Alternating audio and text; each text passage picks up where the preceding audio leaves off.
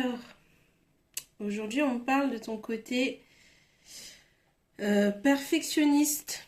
Perfectionniste et on parle, ouais, ok, de, en fait, t'es très arrêté sur les choses.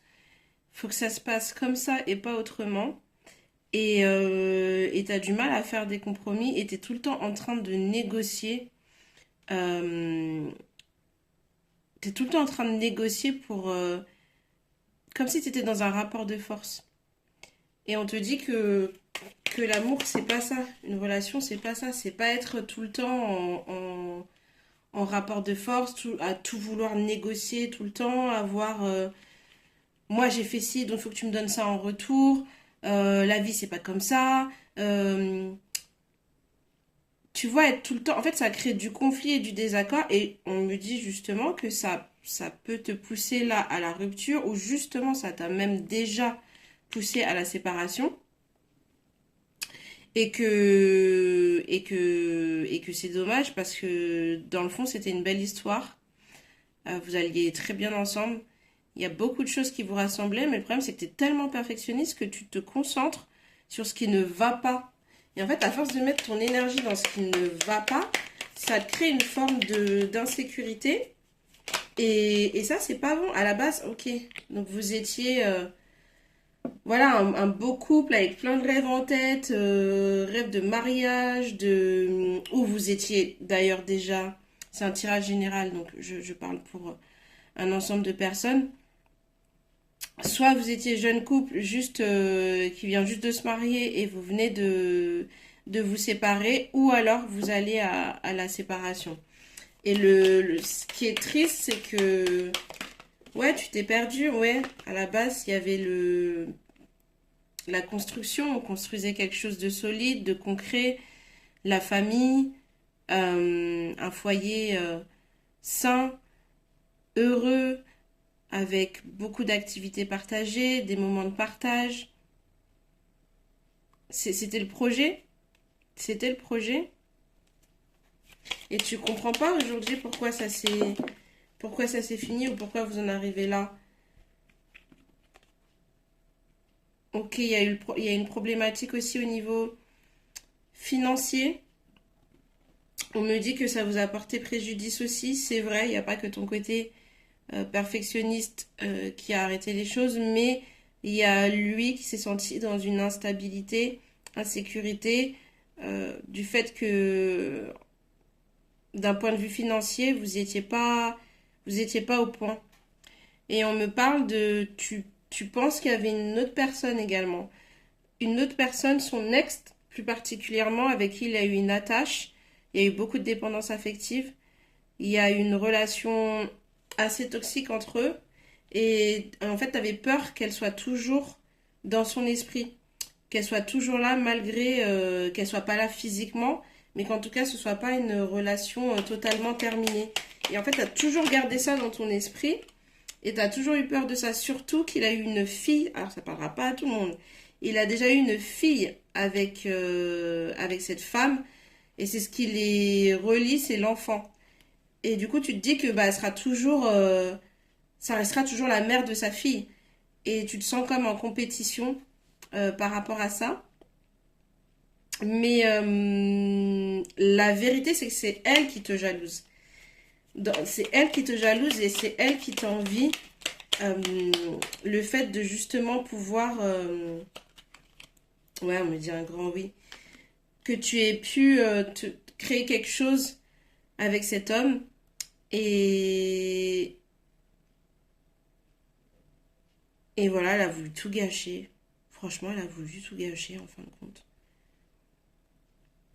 Elle a voulu détruire ce que tu construisais. Et elle s'est imposée. Et elle a réussi. Ce qui est triste là dans ce tirage, c'est qu'elle a réussi. Elle a réussi à s'imposer et à mettre une distance entre vous. Et ouais, c'est malheureux. En fait, elle est venue. Le problème, c'est que lui aussi manque de maturité. Il manquait de maturité. Il a agi comme un adolescent. Il est manipulable, trop influençable. Il y a une jeunesse d'esprit, le fait qu'il n'a pas réussi à... Il n'a pas réussi à saisir sa chance. C'était C'était sa délivrance, en fait. C'était sa chance pour pouvoir sortir de cet enfer et de ce passé, de ce qui était aussi lourd et compliqué et toxique. Il a réussi à s'en sortir et c'était son opportunité pour un futur meilleur. Mais il est retombé dans ses griffes. Il est retombé dans ses griffes. Et c'est pour ça qu'en fait, tu es aussi à cheval sur les règles et que tu veux absolument tout négocier. Et tu as beaucoup... Ouais, d'accord. Tu es très ferme, très appuyé sur tes convictions, tes valeurs. Et c'est pour ça que c'est comme ça et pas autrement. Et que t'as du mal à négocier. Mais c'est à cause du passif aussi. Donc t'as pas envie de lui donner 10 000 chances. Il n'avait pas beaucoup de chance initialement. Donc c'était soit c'est carré et il va dans ton sens et on suit le plan initial, mais au moindre débordement, au moindre écart, à la moindre suspicion, bah ça saute quoi. C'est ça qui est... C'était déjà un petit peu fragile initialement, malgré l'amour qu'il y avait entre vous. Toi, tes valeurs et tes convictions prennent le dessus. Prennent vraiment le dessus. On va regarder un peu plus en profondeur. Ce qu'il dit. Il y a eu de la passion. Beaucoup de passion entre vous. Ça a été le coup de foudre. Coup de foudre initial. Tout a été vite. Tout a été rapide. Tout s'est accéléré. C'était comme une évidence. C'était comme une évidence. Mais c'est lui de son côté qui a ses démons qui l'ont rattrapé en fin de compte. Alors, qu'est-ce qu'on peut me dire de plus par rapport à la situation, le futur? Ouais. On me dit que du coup là, tu te lasses, tu t'es lassé complètement t'es un peu découragé. Tu vois, découragé. Là, vous êtes plus du coup en communication, mais quoi qu'il en soit, t'as même plus envie d'être en communication avec des hommes. Là, tu lâches l'affaire, tu baisses les armes, tu sais même plus, t'y crois plus vraiment, et tu sais même pas comment y remédier parce que là, ça t'a trop blessé par contre. Ça t'a trop blessé, ça te fatigue, tu trouves que c'est injuste, et tu sais pas comment t'y prendre, par où commencer, et pour toi, même une autre personne, ce serait la même chose, ce serait le même schéma, ou alors quelque chose de compliqué qui va te blesser. Ouais, on me dit que tu es complètement dans la peur là. Tu es bloqué et paralysé par tes peurs. Ça a créé de nouveau des peurs. En fait, tu avais bien travaillé sur toi, tu avais fait un travail en amont, tu avais bien cicatrisé. Tu devenais enfin la femme que tu as toujours voulu être. Mais là, en fait, ça t'a tellement atteint que les peurs, elles reviennent et qu'elles sont en train de te bouffer. Tu as beaucoup de doutes, tu sais plus quelle direction prendre, tu sais même plus quoi faire. Si c'est rester dans le célibat, aller s'amuser, mais en même temps, il y a tes convictions ici qui font que bah, c'est compliqué, mais en même temps, quand tu restes fidèle à ces convictions, bah, tu as l'impression que tu es trahi, que c'est toujours le mal qui gagne. Et là, c'est la confusion totale. Ouais, c'est la confusion totale. Qu'est-ce que tu pourrais faire pour améliorer ta situation et prendre soin de toi? On va aller regarder.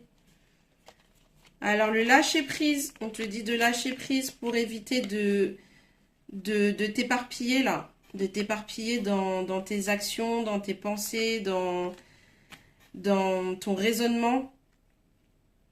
Et de complètement lâcher prise, les cheveux au vent, ne plus se prendre la tête, ne plus réfléchir, ne plus laisser les choses se décanter, déjà prendre le temps d'accepter la situation, de laisser les choses se faire, d'être en roue libre, de prendre les choses comme elles viennent et de surtout ne pas dire non aux invitations, aux sorties, à,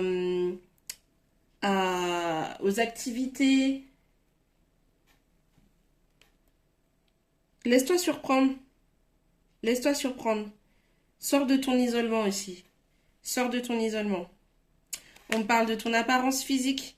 Tu restes quoi qu'il en soit une très belle femme. Une très très belle femme, très élégante. Beaucoup de charme, beaucoup de délicatesse. Et continue à croire au pouvoir de ta beauté. Mais tu es belle à l'extérieur comme à l'intérieur. Là-dessus, il n'y a aucun doute à avoir. Et il faut vraiment que tu gardes ça à l'esprit.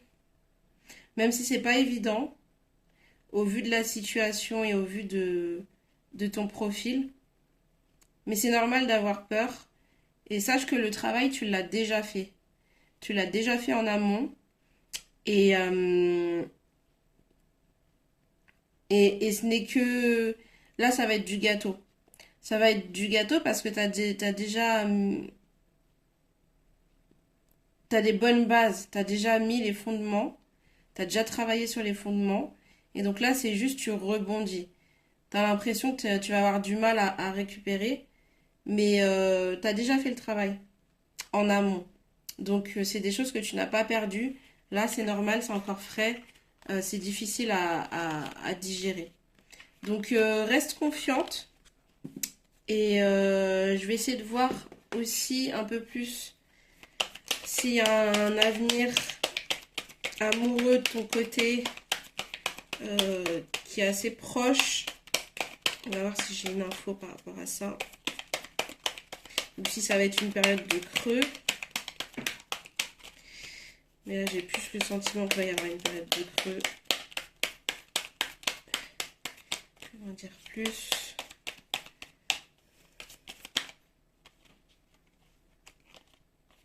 Ouais. Ouais, on me dit que tu dois faire le deuil. Là, ça va être une période de deuil de la relation. Qu'il faut encore soigner les blessures. Revenir à ton essence, à ce que tu es de base. Et guérir de ces blessures qui viennent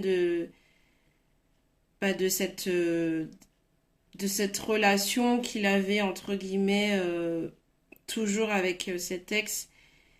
Parce que c'était dans le matériel, non, pas forcément, ils se voyaient pas, mais en tout cas, il y avait toujours une connexion. Et c'est de ça dont tu dois faire pour l'instant le deuil et que tu vas devoir travailler pour l'instant avant de te relancer dans quelque chose de nouveau et avant que l'univers t'envoie un autre type de profil et une nouvelle relation. Prends le temps pour toi.